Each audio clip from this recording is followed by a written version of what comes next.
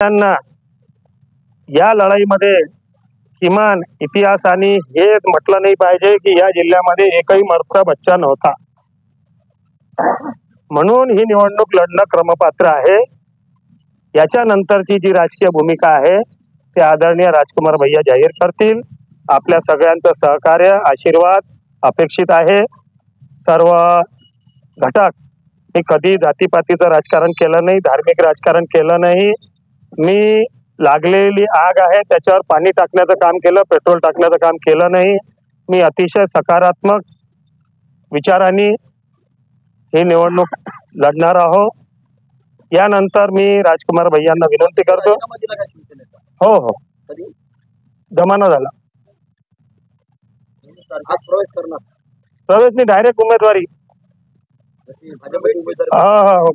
त्याच्यापेक्षा ऍडव्हान्स, कारण का प्रहार ही संघटना शिवसेनेतूनच निर्माण झालेली आहे, त्याच्यामुळे हे समरसता आहे शिवसेना आणि प्रहार मध्ये। काही वेगळा पक्ष नाही आहे आमच्यासाठी आणि प्रहारसाठी शिवसेना काही वेगळा पक्ष नाही आहे। त्याच्यामुळं ते सोपस्कार करण्याची मला नाही वाटत आवश्यकता आहे।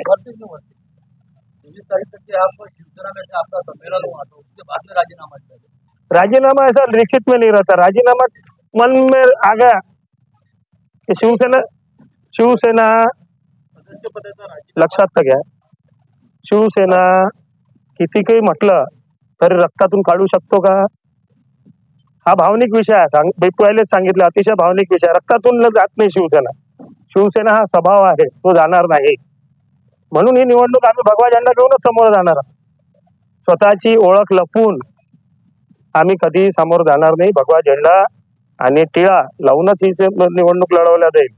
राजीनाम्याचे सोपस्कार जर उद्धव साहेबांनी मागितला तर राजीनामा सुद्धा देऊ, परंतु आम्ही प्रहारवर ही निवडणूक लढवावी अशी सगळ्यांची इच्छा आहे। प्रहार त्याला सपोर्ट करतो का हा वेगळा विषय। मी प्रहारचे नेते आदरणीय राजकुमार भैयांना विनंती करतो, त्यांनी आपलं म्हणावं।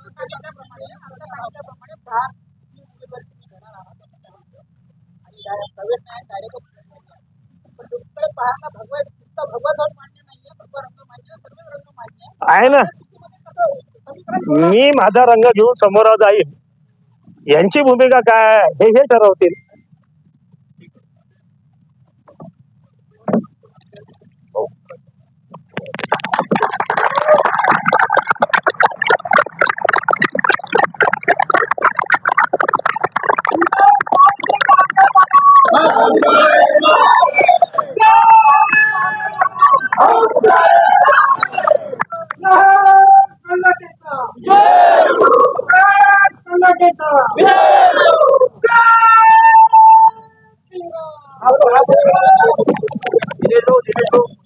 आपकी बंडखोरी तो नहीं है?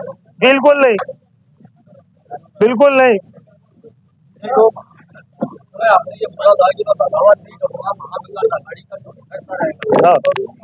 बरोबर,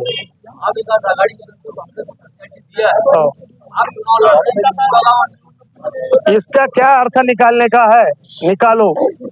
मेरा बोलना है कि इस जिले को मेरे उम्मीदवारी की सख्त जरूरत है, ऐसा लोगों का बोलना है। आरोप नहीं केला त्यांनी या संबोधनातून की इथे शिवसेनेची बांधणी नाही म्हणून हा मतदारसंघ सोडला, ही फॅक्ट आहे, याच्यामध्ये आरोप नाही आहे। हा फॅक्ट आहे। हो, 100% हे शिवसैनिक इथे आहे किंवा शिवसेनेचे उद्धव बाळासाहेब ठाकरे या गटाचे जे शीर्षस्थ नेते आहे त्यांना विचारावं किंवा अरविंद सावंतांना विचारावं, त्यांनी सीट सोडली, याच्यात आरोप नाही आहे, ही वस्तुस्थिती आहे।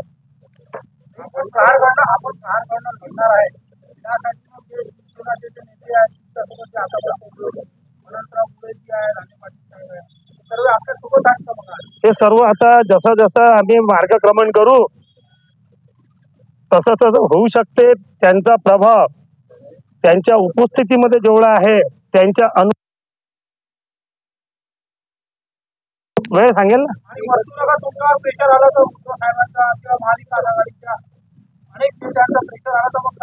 26 एप्रिल नंतर प्रेशर झेलून घेऊ।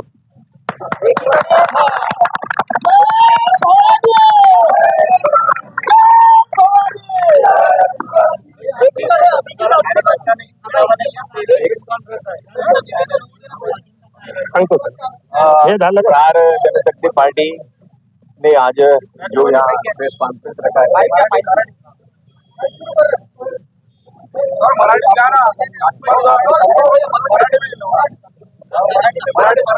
असं प्रहार जनशक्ती पार्टी तर्फे आज एक प्रेस कॉन्फरन्स घेत आहे आणि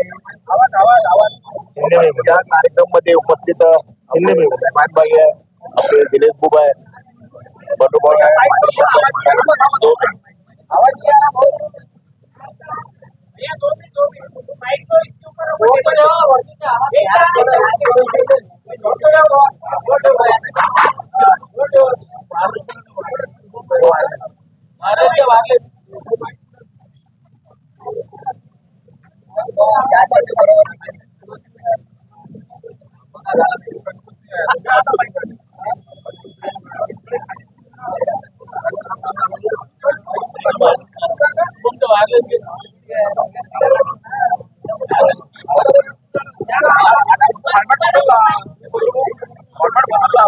प्रहार जनशक्ति पार्टी की ओर से आज यहाँ पे प्रेस कॉन्फ्रेंस रखा गया है। इस मंच पे विराजमान हमारे दिनेश बुब जी, बल्लू जी, हमारे हनुमान भाई, सभी मंच पे विराजमान सभी मान्यवर यहाँ उपस्थित, हमारे प्रेस के सभी पदाधिकारी